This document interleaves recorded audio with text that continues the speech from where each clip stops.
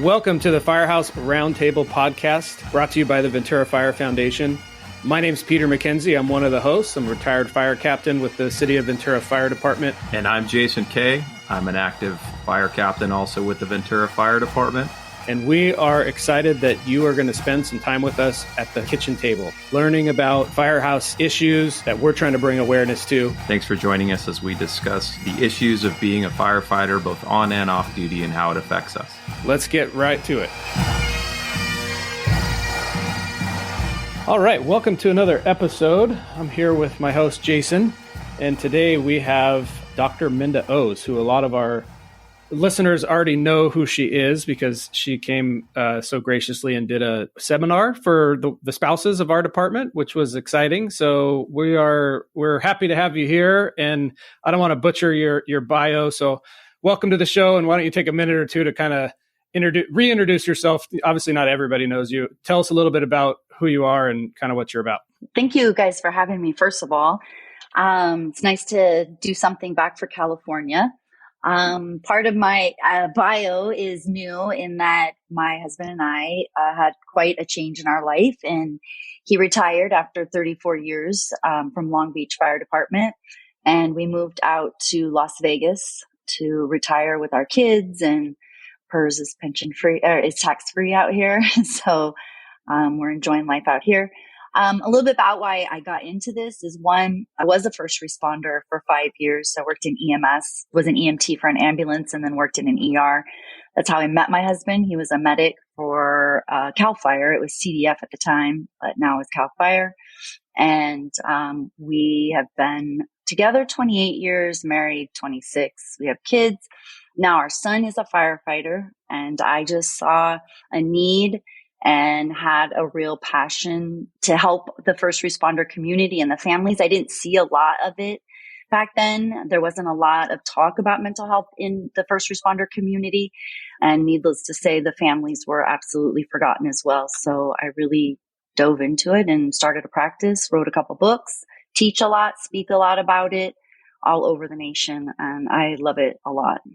Yeah, we're excited to have you. In fact, the feedback, we still get really good feedback from, I think it had to have been 2-3 years ago that you came and chatted with all the spouses here. I mean, that was, I think, our first experience of talking to someone, and not, I say our, but the spouses, talking to somebody who understood what the heck they're even going through, right? Like prior to that, like, in my mind, anyway, it wasn't a thing. I didn't know anybody who was doing what you were doing. And so you're a little, and in my mind, a little bit of a trailblazer there. And since I think it's gotten a lot more traction, there are more culturally competent therapists out there. But I kind of view you as there in the very beginning. Yeah, so thank you. Thank you. Yeah. And, I got my start at the counseling team, and, to give credit where credit's due, Nancy started that, but it was very small and unrecognized. I think what I brought to the table was, especially in the fire community, is that a lot of people knew my husband, and I knew a lot of people. So this community is about trust. So I think I got my foot in the door that way. And then I knew what I was talking about in the sense that I had lived it as a spouse, and it is a specific culture that we live and no one's telling us. And so we're just trying to figure it out. I see a lot in your bio that it says culturally competent therapist. Can you maybe explain what you mean exactly by that? It sounds like you started to get into it a little bit. Yes. So when we go to school for psychology, we learn about all sorts of cultures, and the way you define a culture is, it has its own set of rules, it has its own set of language, and its own set of norms that follows within that culture. And so when we go to school, we learn about all the different cultures we may encounter as mental health providers. I realized that first responder community is a culture. It has its own set of rules and languaging and norms. And if you're not from it, you don't understand some of the slang and, the wording, and you don't know what a Mando is. If you've never heard of it, you don't know what these things are that are our lives.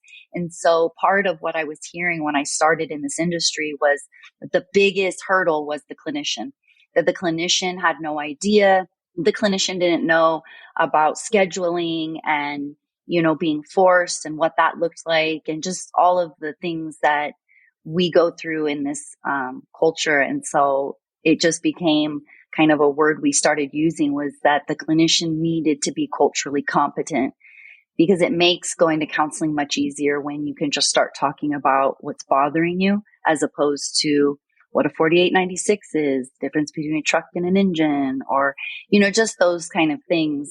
Makes it much easier to just jump right into the problems if the clinician knows. Yeah, that makes a lot of sense to me, especially when it comes to people that I've talked to who will go to therapy sessions as firefighters. Usually it's the first 5 to 10 minutes, I think, in the therapy session that's a make or break for the firefighters. And you're either looking at this person across from you going, oh, they don't get it at all. Or we've talked to a few people in the past who tell us the amount of research they do, or that they're researching for 36 years and married to a firefighter for a long time. And they understand kind of the culture that we deal with. Will you do a brief synopsis on your first book? Because I know not everybody went to your seminar. My wife's really excited that you're back, and she wants to have you back again. So let's talk about your first book real quick.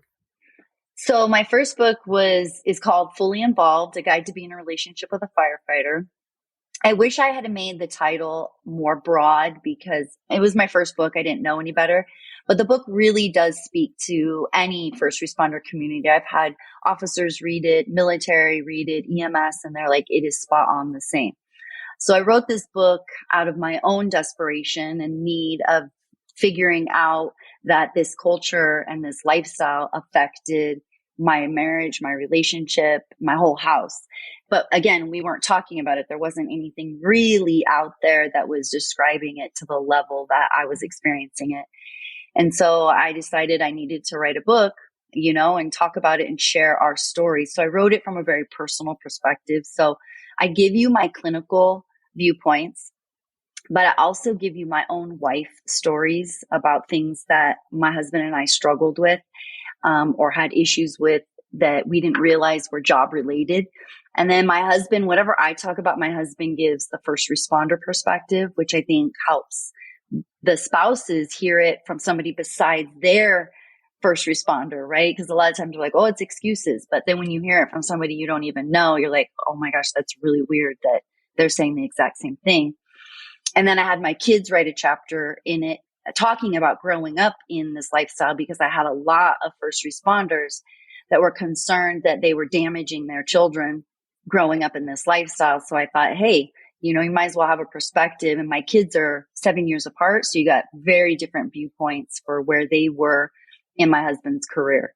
And then in the back of the book, I put communication skill, like little activities, so that at least you could sit down with your significant other and, maybe improve your communication skills, not only in your marriage, but about the job as well.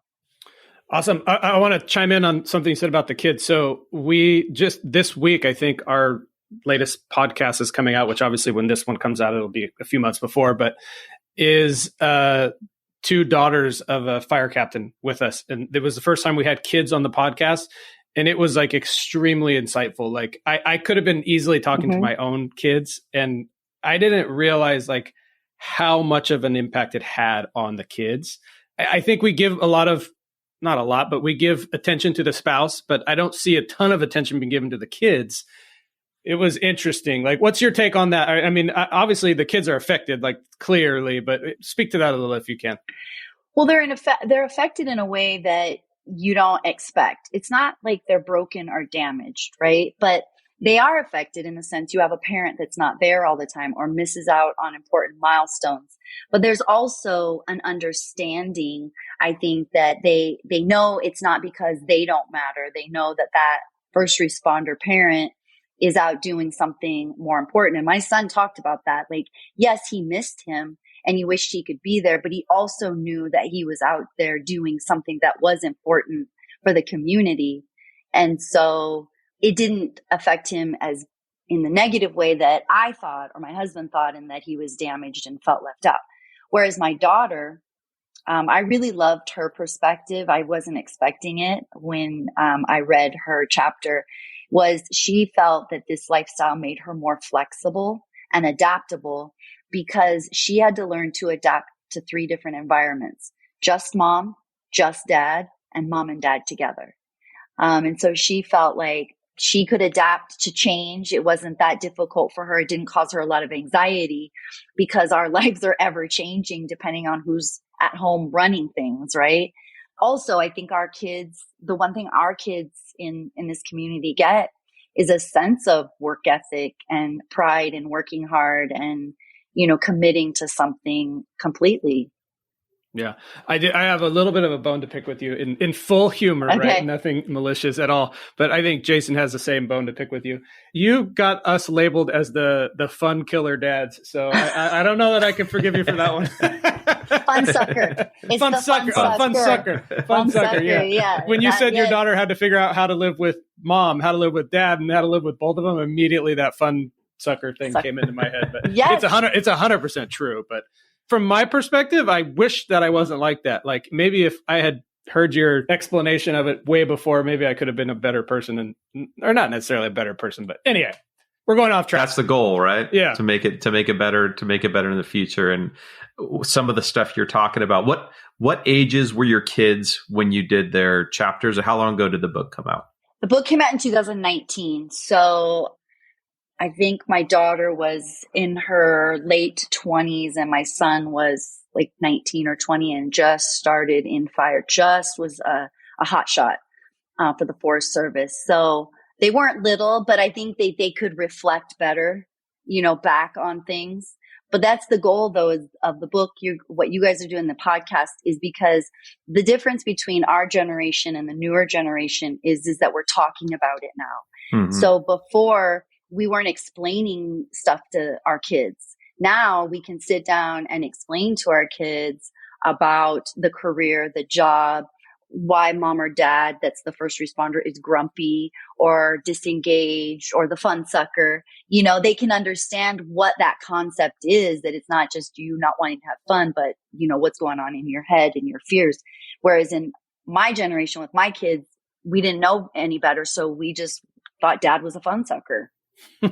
Yeah. So my son is actually in backgrounds with the fire department now. So where is your son getting hired, or where does he work now, and how do you feel about that? He is at West Covina Fire now. Oh, cool. He's been there 3 years.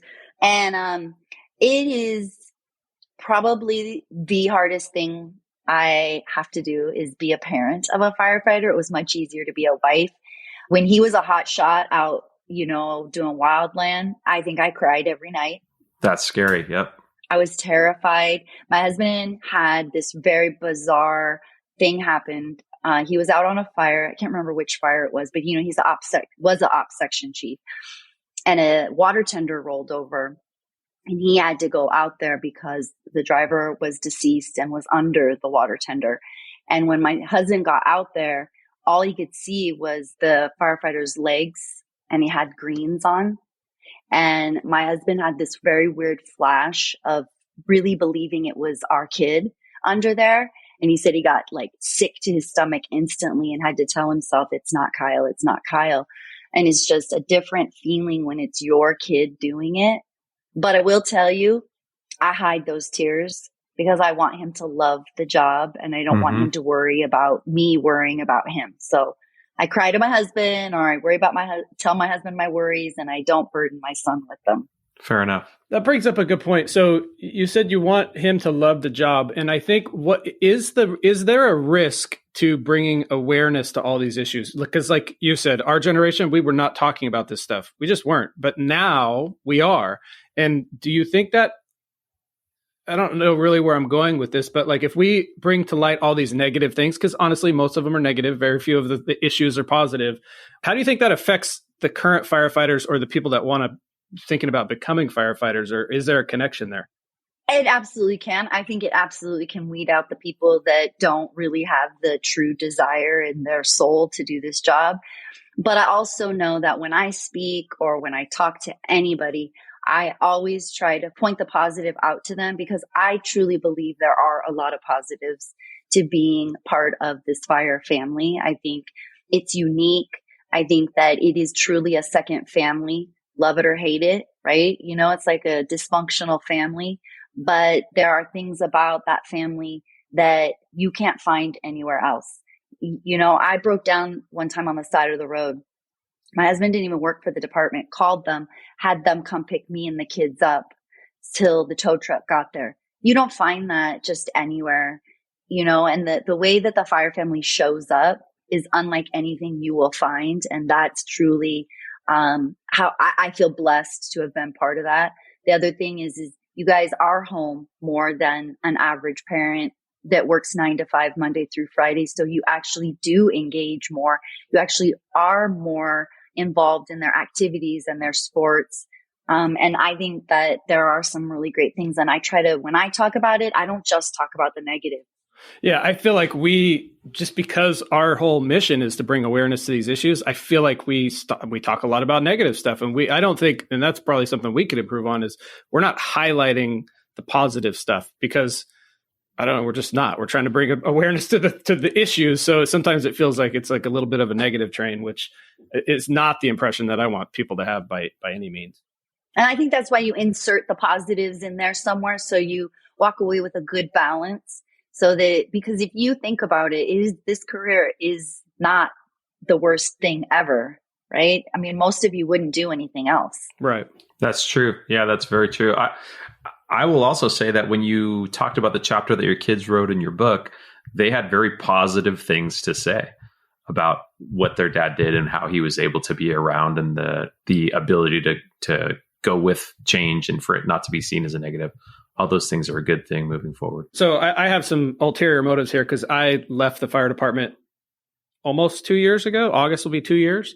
And had my own little struggles with how difficult it was to retire. And obviously you wrote the book and the title is When the Calls Stop, Retiring as a First Responder. So, and that's why we wanted to bring you on is I don't think the fire service in general teaches people how to retire. And I think it absolutely needs to, because it's difficult. And I'll just give you my quick little experience. When I retired, I was like, I thought there were going to be fireworks going off and I'm never have to go to work again. And it's going to be the greatest thing in the world. We're going to go to Disneyland every day and I'm going to shed the fun sucker, name that I have. But that's absolutely not what happened. Right. It was a little euphoric for like a week or two. And then it was difficult. And like you took this, what was my life for 20 plus years, and you just chopped it off, like you amputated it.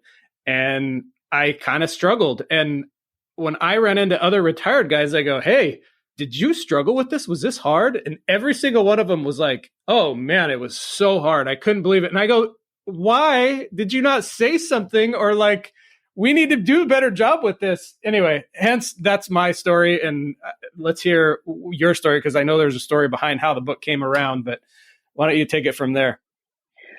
Well, yes, my husband did the 34 years, right? So he went 4 years over. And he had, and I don't know if you did, but the counter on your phone? Yeah. That counts down like how many years, days, months, down to the second. And he had that thing going for a few years. And so I remember the day it hit 0. And I said, well, what's the plan? And he was like, well, it just feels good to know that I'm done if I want. I'm 2 bad shifts away from leaving. That's what he would say all the time. And I said, but what's the plan? Like, we need a plan. And he told me for 4 years, we'll cross that bridge when we get there. That's what he told me for 4 years. And I was like, I think we probably need a plan. I don't think that that's a good kind of option, and you spend an entire career planning, pre-planning, right? AARs, you plan all these things about planning. And then you get to this spot in your life with 0 planning and you just think you're going to fish or sleep in, or, I just can't wait to just do whatever I want. But you spent 20 plus years on a regimented schedule. It didn't work out that way in our house until I had to force his hand. Otherwise he was like, well, I could still do the job. I said, I know you can do the job, but should you? I said, this is going to be a problem because 2008, right? We had that huge hiring freeze. And so we are about to have a mass exodus of retirees in the next 1 to 5 years. What have we done to prepare them? Watching my husband go through what he went through, what have we done? That you get the hiring process, the academy, probation, it's very grueling. but we don't do anything on the back end to get you ready to exit. We just are like, here's your papers, see you later. And so I started writing the book and trying to figure out how to do this book different. So in the book, I did interview various first responders because I wanted their perspectives about what they did right, what they wish they'd have known. I also interviewed significant others because the shock to me when my husband retired, I had severe loss also, right? Because I just spent, 24 years in one department. We watched people get married. We watched people have babies. We watched people get divorced, right? We watched lives. And now I was without it also. And I was very blindsided by my own personal loss as a significant other. And so I interviewed spouses to see, how they felt about it. The other issue was my absolute horrific fear of being with my husband every day. And how was that going to work? How were we going to be together all the time when our entire marriage, I wasn't with him all the time. And I had days, if not weeks, sometimes without him where I did my own thing. I made my own decisions and I didn't have to run it by him. So that's what prompted the book. To add to it, to add some more facts behind it, I did a survey monkey to, just get questions answered out there. And I got 600 respondents back from that survey monkey from all sorts of different first responders. So what's the gist of it? What do we need to do better? How can we make retiring less traumatic for the families and for the retiree?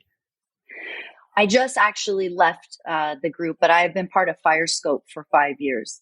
I just helped them write a white paper on retirement. And so it's going to become a standard. The board of directors has approved it unanimously. And it should be coming out here pretty soon about what the department standards should be. And what we proposed is that at least a year out, there needs to be education, classes offered on not just how's your 401k and your deferred comp look. Because honestly, that's what they talk about when they talk about retirement, right? Mm-hmm. Is how to move your money around. But we need to be talking about the mental health aspect of when you get out of work brain and you go full stop. All those calls, especially if you're just retiring in, like I said, the next 1 to 5 years, you grew up in the suck it up generation. And so you have a whole bank of calls that you've never touched. And so what a lot of people weren't expecting and didn't know was going to happen, and I started seeing it in my office, not just in my home, is people were retiring and within 6 months to a year, having nightmares and flashbacks about calls 25 years ago and freaking out. What's wrong with me? I thought this was my first fatality. Why am I having nightmares about it? It's because you've stored and stuffed and unprocessed all those calls. And now that you are out of work brain long enough, your brain is like, okay, cool. We're ready to unpack all this stuff that you've been holding on to. And so it's very overwhelming and very scary to have all that stuff flood back all at once and not know and not be prepared. So let me ask Peter, because all of the stuff she's saying makes a ton of sense to me as I'm right in the middle of, still have another 7 to 8 years to go. Did you have any of that stuff happen to you when you left? So yes. So I guess let's get personal here for sure. Because this is as you're saying that, Mynda, for sure. We definitely came from the suck it up generation. We weren't talking about it. I didn't honestly, towards the end of my career, I didn't even want to see a dead person. If I didn't have to go in the room and see the dead person, I purposely wouldn't. Sure. Obviously, if I had to, I would. But yeah, I think part of what messed me up is, well, there's a couple things. One, I think the fire department family does a really good job at being supportive. But when you retire, that kind of gets cut off. And I don't think anybody cuts it off intentionally. I don't think anybody wants to cut anybody off. It just happens just by proximity where you're at. You're not at the stations every day. So that's one thing that factored into it. The other thing was I live in the in the sector that I retired from, and I spent, a handful of years. So I start driving by all these places and they start bothering me. And I have a terrible memory. Like, I don't know if it's because I have pre-Alzheimer's or what, but just for a long time, I've had a bad memory. Well, that started going away. I started driving by these places and they were coming back to me. And I'm like, how in the heck am I remembering this stuff? Like details that I would never have remembered normally. So that definitely factored in. And then my experience was retired, a little bit of euphoria. I was fortunate to have like a hell nother career going that kind of kept me busy. So I wasn't like sitting in the blue chair watching TV all day long. So I thought I was primed for success with retirement because I was just immersing myself in my other thing that I had going on. Mynda, for your context, I have a business in town that I run and operate and still to this day. So I thought I'm going to just step out of one world, fully step into the other world and not have an issue. Well, that wasn't what happened. So I don't struggle with depression or anything like that, but I was feeling blue or like a little depressed, which I'd never really, that wasn't me. I didn't have those types of things. And it got to the point where I was like, something's wrong with me. Like what I won the lottery. Like I retired healthy. I have a beautiful family. I did all the right things. And why do I feel so bad? And I actually reached out to Addie's and I went and saw one of their counselors, probably like 5-6 visits. And once I got educated about what actually was happening, it was like, oh, okay. So this is normal. This is what happens. Everything's going to be fine. And then shortly thereafter, it essentially went away. I mean, I didn't know that there was anything to solve, but knowing what was happening was huge. And then it made it okay. Yeah, it made it okay. It made it like it made grieving possible. Like you have to grieve this career. And the reason why is you went from a high adrenaline career to a regular civilian job. You came out of work brain long enough. And that's why, honestly, you got the memories back. So when you're in work brain and you're just pushing through, you don't have enough cognitive space for all those details. But once you slow down enough, now you have space for all the cognitive details and driving by the calls. That's another huge thing that people struggle with is living in the town you worked in and now retiring and driving by and remembering all the fatalities and, all the stuff that you did in an entire career. Yeah, we used to think that it was a kind of a blessing. Oh, you get to live where you work. You don't have to commute 3 hours. On the backside of that, I would have rather commuted. Yeah. I appreciate you taking the time and sharing that stuff, Peter. And what you're both saying right now is, it gives context to a lot of the guys who end up staying so much longer than they need to. Like how many guys do we know that we say, man, they're maxed out. Why are they still here? And as it gets to the end, especially when there's no planning for it, like Mynda's talking about. And then when you end up leaving, all this stuff comes and haunts you. I mean, all of that makes a ton of sense to me. Yeah, I got a question for you, Mynda. So we know that once you retire, it's basically you're cutting off that support that you had on a regular basis, and that's hard. And news to me, I didn't know the spouse mourned it as well, but that makes total sense, like what you're explaining. So one of the struggles that the foundation has is how do we build this sense of community, not only for the retired guys, but for the spouses and the kids, because arguably as people's lives get busier, as mandates are more and more and more, like there is a disconnect from the spouses and the fire family sometimes. Like that sense of community, like we've heard it over and over again, isn't as strong as maybe it was way back when. So what do you suggest, or what are your thoughts on fostering that fire family community post-retirement and for the spouses? I mean, ideally, it's hard because a lot of people move to different states and, move away when they retire. But I know a lot more agencies are working on like a retiree support group. I know that LA County started it, and I know a lot more are jumping on. I know out here in Vegas, we're working on it, is they had allocated a peer support person or made a group that is for the retirees. So they took retirees and created a peer support unit for the retirees. And that way, then they can meet up for breakfast or lunch or do golfing or, like hang out. And you can include the spouses in that as well. mean, that's hard to do. You don't need to do that every week, but, once a month, but having some sort of formalized support group for our retirees, because some do better than others, right? Some, they slide right into retirement. That'll have everybody's going to have an adjustment period. And some struggle. For example, my husband, when he retired, my husband got lucky too. He won the lottery. He retired after 34 years without one injury. He doesn't take any medication. He's 58 years old and he is really healthy. We got very lucky with that. But in the first 6 months, he swore he was dying of something. He physically thought something was wrong with his body. He kept telling me, something's wrong with me. I know it. And I kept saying, go to the doctor, get checked. He would go, they draw his blood and we're like, you're perfectly healthy. He's like, no, something's wrong with me. Right. So he felt his very physically.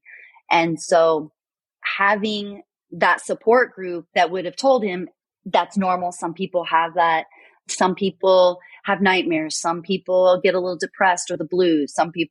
But I think having that support group is going to be beneficial for them, and including the spouses occasionally as well. But I also think the agencies, about a year out, you need to just have a class and educate on all these things and invite the spouses so that they hear it as well. One of the things I think we used to hear when Peter and I were probably in the middle of our careers was the guys who were getting closer to retirement would talk about how they're not going to be one of those guys that comes back around to the fire station. And it was so cool for them to say, you'll never see me again. And now that we have a foundation and we hear some of the issues that are going on with the retired folks, we're inviting them to all of this stuff. And it is extremely rare for any of them to take us up on any of the events that we're offering. And I'm kind of hoping that Peter and my generation, the guys who are close to 50, and maybe the guys who are retiring now in this big burst of retirement we're having, is the first generation of the people who will kind of think it's still okay to be a part of that group and to come back to the events, because it's not like it happens every day where we get support multiple times a week, because that's just shift work. And when you retire, it'd be nice to have, events every once in a while, like you're saying, a support group, and then definitely just don't call it that, right? Because then people will show up. Don't call it that. And probably the retirees that aren't coming back are, really the old school, suck it up, crusty old guys that to come back would be like them being failures, right? Because I said I wasn't going to come back. I said I didn't need the department. That doesn't mean they're not struggling or, missing it. It just means they're trying to save face, because it's a different mentality. It's a different generation. And that's what you're trying to do. I'm trying to do is we're trying to change that mentality. Absolutely. Yeah. And I think that there's a definite black and white from this old school generation. And then, me being one of the older guys now, I'll call them the kids that are coming in who are 30 and under, who are just like, whatever you guys got, lay it on me. And hopefully we'll have some of this gray area that starts to be able to go to some of these other events and be a part of the group. Hi, I'm Austin Folk, an engineer with the Ventura City Fire Department. I'm also on the board of the Ventura Fire Foundation, an organization that supports firefighters and their families. The foundation produces this podcast as part of our mission. I work with the foundation because I was witness to the help that it was able to provide to my family. The foundation needs your help. First, please subscribe and rate this podcast on your podcast platform. This helps us get a higher ranking and more visibility for the show. Second, if you support the podcast and the foundation's work, please consider donating. Every dollar helps us support firefighters and their families. There's a link in the show notes where you can donate through the website at www.venturafirefoundation.org. Thank you for listening. I vividly remember working at Station 2, and there was a couple, I don't want to say their names, but retired guys who would come hang around the station and they would never leave, and they would just keep coming over. Those people come in my head when I'm like, because I drive by 2 fire stations every day, going to the office and to the gym, and I know all the guys in the stations, but I'm hesitant to stop and just pop in to have a cup of coffee or something, because in the back of my mind, I'm like, I don't want to be like that guy who just would sit at that table and never get up, and everyone's like, this guy just leave already. So there is a little bit of weirdness that when it comes to going back to the stations, even on my own shift that I retired from, it's still like, I don't know. I'll just not. It's easier not to, because you don't know. I don't know what your schedule is. I don't know if I'm going to be a nuisance. But I mean, part of me is like, it would be nice to stop in and say hi or whatever as well. So it is, once you're gone, you're kind of gone. It's balanced. Yeah. Because they built a fire station like half a mile, a couple blocks from our house. And we watched them build it. And I am friends with the fire chief. And my husband was like, tell him he needs to build a really big front porch so that all us retirees can come hang out, right? Jokingly. But I truly believe if he felt comfortable, he would love to go by and visit, just to say hi and hang out with other firefighters. We were definitely blessed. I'm not going to lie. When we moved in, this whole street moved in at the same time because it's all new builds. Well, 3 houses down, she retired the exact same month my husband did. LAPD, homicide detective. She did the same time frame my husband did. And so we became like really good friends with them, and we hang out with them all the time. And so those two will get together and just start talking shop. Even though, you know, was a cop and he was fire, but they were in neighboring cities. So they knew a lot of the same areas and stuff. And so it's been good for the two of them, definitely, to socialize and be able to talk shop with each other. But she struggles. Also, I just got her in with Henderson to do volunteer work, to work on their cold cases, because she's bored and a little depressed with just sitting at home. It wasn't as fun as she necessarily thought it was going to be. I think it's definitely a big misconception of what retirement's going to actually look like. And why don't you speak to that? Like, what did you think retirement was going to be versus what it actually is? Well, I mean, I kind of didn't have an idea. I kind of thought, because again, my husband wouldn't talk about the plan, even when I asked him to. So, you know, we always knew, because I started late with working because I stayed home with the kids. So we always knew that I was going to work longer than him. So, and he always said, I'm on your time frame. So we knew he was going to get some sort of part-time job because, again, he's healthy. We don't have young children. So there's no reason for him to just sit at home. So he did get another job that's very low key, but he's an emergency manager, and that keeps him busy enough that it gets him out of the house and he socializes and gets involved and stuff.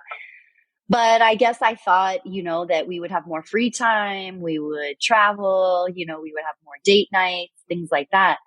What I realized, though, was that's not the case, because he went and got a regular job. He works Monday through Friday, like 8 to 4. So now we have to wait to the weekends to hang out because I work and I don't get home until about 6. So our nights are pretty boring because, you know, I got to go to work the next day. And so we actually have less time together, honestly, to go hang out and do stuff. What I did get that I really like is my husband's intensity went down. He is way more chill and not as easily irritated or, you know, annoyed by life. So he's more like going with the flow, which I am absolutely enjoying. I wasn't sure if he would or not. I do enjoy sleeping, having someone to sleep with every night. You know, I didn't realize how much I missed that. So retirement is very different for everybody. We moved to a different state, so we had to kind of learn, you know, the area, grocery shopping, go to the post office, change all that stuff. So that was very complicated at first. But our kids are here, so or we get to hang out with them. But for the most part, we have the transition of 6 months of this man wandering around, and now we've got a schedule. Yeah, I think I can echo some of those same things. In fact, we had some sickness in our house, nothing crazy like colds or whatever going around. And I still have little kids. I have an 8-year-old. So I didn't sleep. Like I had a really bad night's sleep. And the next day I was probably, you know, a little bit of a fun sucker. And my wife's like, oh, I haven't seen this guy in a while. Like what happened? And I'm like thinking, oh yeah, no, I didn't. I slept like a couple hours last night and I like fell right back into it. But it's funny how much of it is in your environment, right? Like, not that you don't have a choice to not be an a-hole or something, but when you don't sleep and you're getting annihilated at work, it's hard to fight that. But But what about, and not to get personal on you, what about sleep issues with your husband? Did he take a while to like figure that out, or? We had really weird sleep here. So he went the first, I don't know, I guess month maybe. I swear he slept 10 hours every night. Oh, wow. It was a lot, and would wake up still tired and then take a nap and be really tired. Again, part of why he thought something was wrong with him. And then that phase went away and we got back on a schedule. My husband has sleep apnea, so he does use a CPAP, but there was a struggle with that in that Vegas is very dry. So then his sleep was kind of all over the place, but we now have it down. Also being retired, what has helped, I will be honest, is I got him on gummies. That he takes at night. Just like, the man is so paranoid though still. I get him a gummy that's like 10 milligrams of THC and CBD. We'll cut it into 4s and just eat a teeny little corner of it. But what that does for him is, and he said, if he gets up to go to the bathroom, he can go back to sleep. Because it used to be, once you get up to go to the bathroom or move around, your brain is like, oh, we're up. And you'd have a hard time going back to sleep. So that definitely has changed the game, in that he sleeps through the night now, finally. If he gets up and go to the bathroom, he comes right back to sleep. Yeah, that's huge. I will say that one of the big benefits for retirement for me was the ability to create an actual routine. Mm-hmm. So like a morning routine, or, I do this on these days consistently, whether it's the gym or the diet or whatever. Like, that didn't really exist for me anyway. It was too hard to do a routine when you didn't know if you were going to be at the station, if you were going to get sleep. So that for me has been huge. That was huge, by the way, for my husband. That took us a while because, the one thing too that we had a hard time with was where to work out for him. He would work out at the station because everything was there.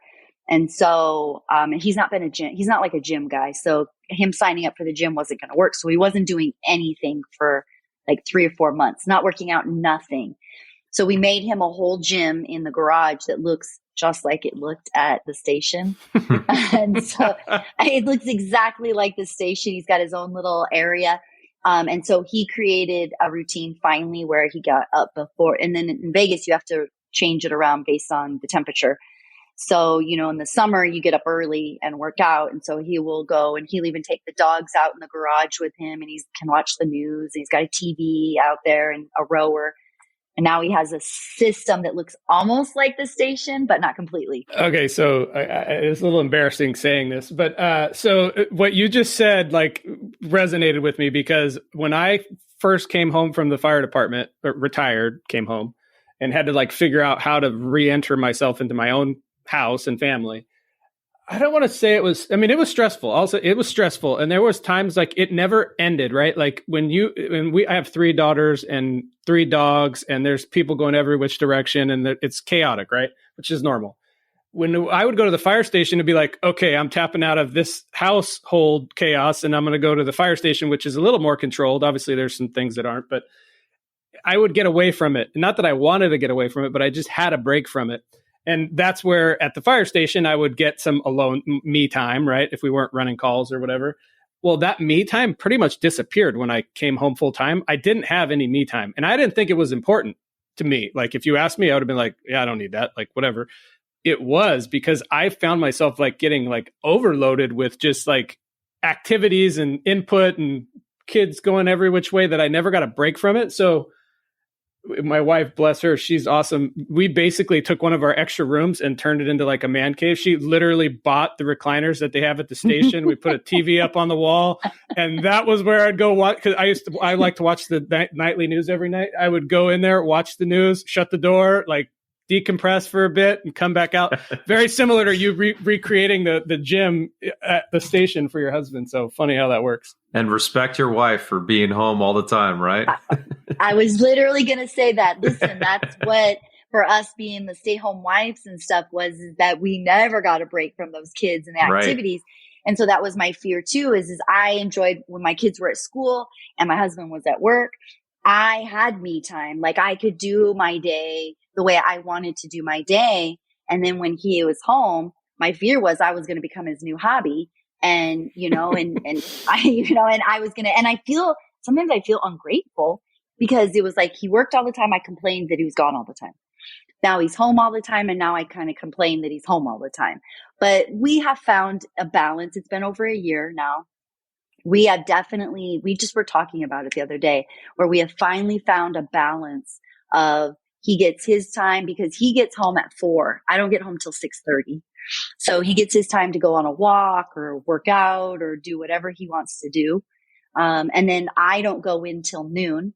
So I get the mornings to go work out, to do whatever I want to do so that I get that just quiet time for myself. So we definitely have figured it out. But again, if we're not preparing our firefighters and their families that this is going to happen, and you do have to be intentional about creating a new schedule per se, it gets crazy. It's very chaotic. It's all over the place. The other thing is you've got a firefighter who's been gone. And for you, this is actually a bigger trend is firefighters are retiring with children under 18 still in the house. That was one of my survey questions. And so we are seeing more of that. You're not retiring to an empty nest like the old days, right? So now you got that chaos. So you have the guilt. The firefighter has the guilt of I've been gone all this time. I didn't participate. So let me just immerse myself and get all involved in the family and help my wife out, my spouse out. Because I know where you're going with this one. I've heard Peter talk exactly about this stuff before. Clearly, we needed your help, right? We didn't function without you. But now you are so much in our business, our space, the way we did it, that now there might be conflict between the husband and the wife, even though you're trying to help. I had to have this conversation with my husband and he said, but I have so much making up to do. I said, you don't though. Please don't make up in the first year you've retired. I can't do it. So 2 things. One, I went all in. The second I left the fire department, I had a morning routine with meditation and stretching and a workout. And it was 2 hours long. Way overdid it. It lasted maybe a month, right? So that whole let's get it all in that you didn't get to do it for years is definitely applicable. And the other thing that really threw me for a curveball was my oldest, who's 17 now. So she was probably 15, 16. We had a conflict because I didn't realize that when I came home full time, that I basically evicted her out of her role that she filled when I was gone, which was I'm the oldest daughter. And I help mom do XYZ when you're not here. And she was very defined. They had a plan and a system, which I've heard you talk about before. And when I came home, that went away. Well, I didn't have any idea that I was getting rid of that role for her. Honestly, if I would have known or thought more about it, we could have been an easier transition. But she was pretty pissed at me for a while. And it took me a while to figure out what's going on here. And we laugh about it now, but it's very real what you're talking about. And same thing. I want to make up for all the holidays that were missed, all the soccer games and the concerts and all the things that they were doing that I always felt bad about when I'm at the station. The thing too that I found to be very interesting is, and I found a study that was done on veterans when they were talking about reentry. When the veterans retired, because there's not a lot of research out there on retirement for first responders. I couldn't find anything. I had to use research that was done for veterans to get any sort of data or information. But they found that a majority of the reentry difficulty were if the soldier or the vet was married. And then when I did my research, I found the same thing, and that the spouses were not as excited about their first responder retiring as the first responder was. And so I dug deeper into that. And what I found was, one, part of the problem is that guilt you guys have, right? And all the time away and that you've been out of the family. So there might be distance. There may not be a good connection. Not good communication. But I found that 70 out of the 600 I interviewed, 76% had not had a conversation with their significant other about the retirement plan. Wow. They didn't keep them in the loop about it. They didn't talk about it. So the anxiety of the spouse was really high, and it showed in the numbers where they were not as excited about retirement. Yeah, I think I've seen the numbers on divorce are huge right after retirement in the first couple of years. I just anecdotally, the people that I see retire and the amount of them that have gotten divorced right after retirement, just for exactly what you're saying, the change and that it wasn't planned out and that what reality was not what the expectation was. I would like to say that I was in that 24%, but that would be a lie because I'll give you my quick retirement story.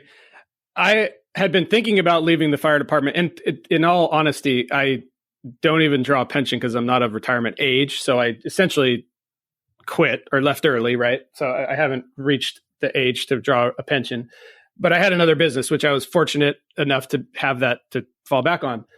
Well, I had been toying with this idea of leaving for probably 2-3 years. And there was a lot of fear wrapped up in it and, leaving that security of the government job and all that stuff. Well, I was on a retreat, I guess we can call it, in the Grand Canyon where me and like 20 other business people did the rim to rim to rim, the south rim to the north rim, and then turn around and came back. And I got partnered up on the way back with this guy who was like a corporate consultant guy, basically. And he basically helped me work through all of my issues related to retirement and like leaving the fire department. So literally I came out of the canyon and I was crying because it was so like emotionally and physically draining. And I came to this decision inside the canyon in like 110 degree heat that I was leaving the fire department. Came out of the canyon, called my wife and said, in 2 weeks, I'm done. We're done. I'm leaving the fire department. So talk about lack of planning for how to retire. That was the amount of notice that we had, which was my fault completely. But we didn't plan either. I mean, we talked about it, but like I said, my husband's famous last phrase was, "We'll cross that bridge when we get to it." So I didn't know what it looked like or what he was going to do either. We haven't touched on, you brought up a good point that I talk about in my book, is I talk about the other ways that you retire besides making it to your 30 years, right? Where you could either medically retire or go out on PTSD. And so those are other issues that we're not addressing that also was an alarming number for me. I asked in the Survey Monkey, how many of you have backup plans if you were to get injured or have to go out early? Do you know what the number was? 86% had no backup plan. And you guys train like professional athletes, right? You could have a career-ending injury any day you show up. And you had a business, but do you know how many people have nothing that they could turn to? Jason's heard me rally on and on about this, that you need a plan B. You're a professional, you're the lowest paid professional athlete ever. But if you're one hip injury or knee getting blown out from having nothing, and maybe not nothing, but having to start over, I love the fact that you bring that up because that is, in my opinion, that's the biggest risk, right? Like we're very we plan for all the worst case scenarios in the fire service, but we're not planning for what happens if you can no longer be a fireman and you have kids and a spouse at home that are relying on that role to support you. Give us the cliff notes. Like obviously people weren't planning for it. What, can you go a little deeper into that, or was that the extent of it? Well, I mean, basically that's the extent of it, but it's also, if you don't have a backup plan and, of course, nobody wants to retire out early because of a medical, but, PTSD is the new, thing that people are retiring out for. And I think out of the survey I did, it was like 26% retired out from PTSD, 56 from medical. And so if you don't have that backup plan, then one, you're not getting a full pension, right? You're going to get part of it. So that you're going to have financial issues. You're going to have to figure out, how am I going to support my family or myself? And so if you haven't ever thought about it now in the midst of this crisis, right? It's an incident within an incident. Now you're trying to figure out, what am I going to do with myself? But you're too depressed to have motivation to go do anything or find anything or go back to school. And so it just becomes this very vicious spiral downhill, especially for those people retiring out on PTSD or already having issues and struggling. Now you try to figure out, what am I going to do with myself? Because you can still have a life being diagnosed with PTSD. You're not doomed to nothing. So part of that, the book I talk about, please have some sort of backup plan. I have beat this into both of my children, my son being the first one, because he almost had a career-ending injury in probation. He thankfully, they did surgery and he's able to go back, but he was 25 when this injury happened. That's a whole lifetime if he'd have gone out and he hadn't thought of it. So he has worked on teaching. He really does like teaching, and he has done some work in the academies and teaching there, and he really enjoys that. So he has a backup plan. Mynda, where can we get your book? Where do people find your book? My book is on Amazon along with the other one. It's kind of the same format. So you get my husband's perspective about retiring. And then you get my kids' perspectives also in talking about what they learned watching my husband go through it and how they've changed their thinking about planning for their retirement. The biggest thing I think for retirement that we could get the message out to anybody is don't wait till you turn your paperwork in to plan for retirement. You should be starting 5 years out, and then as you get closer, you should be living closer to the way you need to live when you retire. Like, how many of us live off base salary? Yeah. We all live on overtime. And so it's really important to at least see what it would be like to not have an overtime in your check. And what does that look like financially? Make an appointment with PERS, get your numbers. I was surprised at what our numbers were. I had no clue. I had no clue you had to pay extra if you wanted your spouse to get your PERS. So just those things, yes, the financial part's important, but mental health, it's coming, it's going to get you. And those calls that you have not processed, they will pop up somewhere, place, and time. This has been awesome. I want to circle back to the beginning of our conversation. So if we back out retirement out of the conversation and we focus on the spouses and the kids, what are a couple of things that either they can do themselves or an organization like ours can do to support them? Like, what would be like a couple of things that come to the top of your mind? This is easy. This is super easy. Communicate.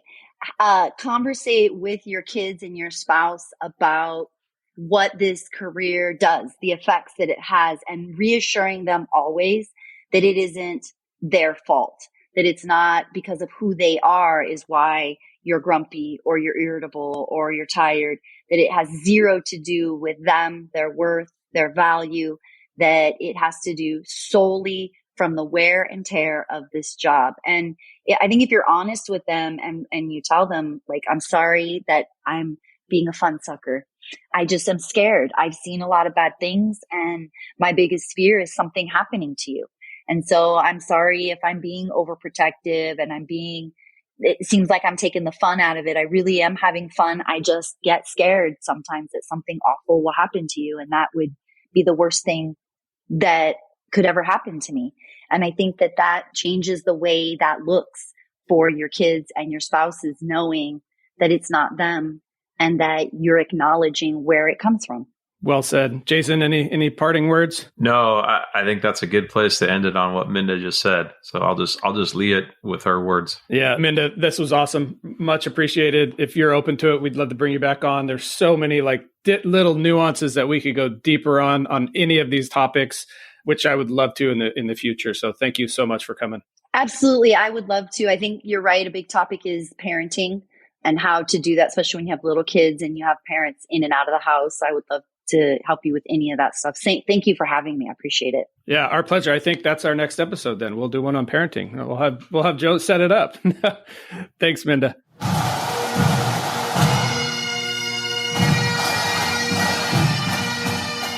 Mynda's awesome. I love it when she comes on, and she came and talked to all the spouses before, but she has so much good information that is so beneficial for our people.